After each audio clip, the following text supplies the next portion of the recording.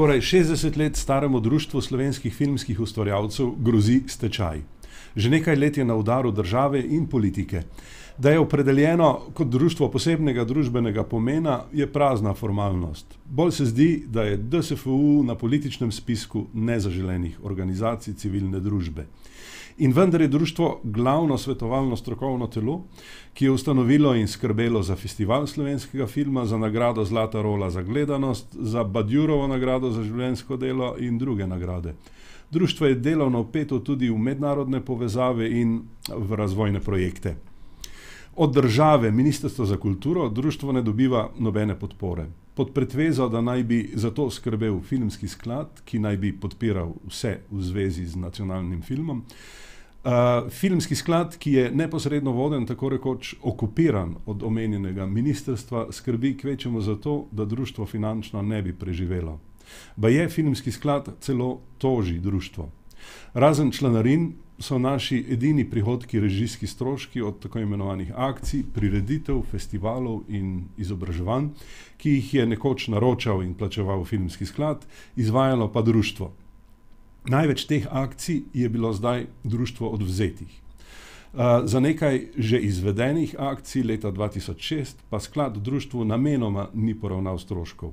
Ker je društvo hkrati dobilo račun za sodne stroške 10 let stare izgubljene tožbe za Viba film, ni več zmoglo kriti svojih obveznosti. Tako se je nakopalo kratko blokado bančnega računa, kar onemogoča pridobivanje premostitvenih sredstev. Ne zmore odplačevati obrokov dolga in plačevati polmesečne plače tajnici. Ironija usode je, da ob tem pripada našim članom na stotine tisočev evrov kolektivnih avtorskih pravic, ki jih trenutno zaradi popolne finančne blokade nismo sposobni uveljavljati. Društvo predstavlja civilno organizirano slovensko filmsko stroko in je imelo v normalnih časih ključno svetovalno funkcijo.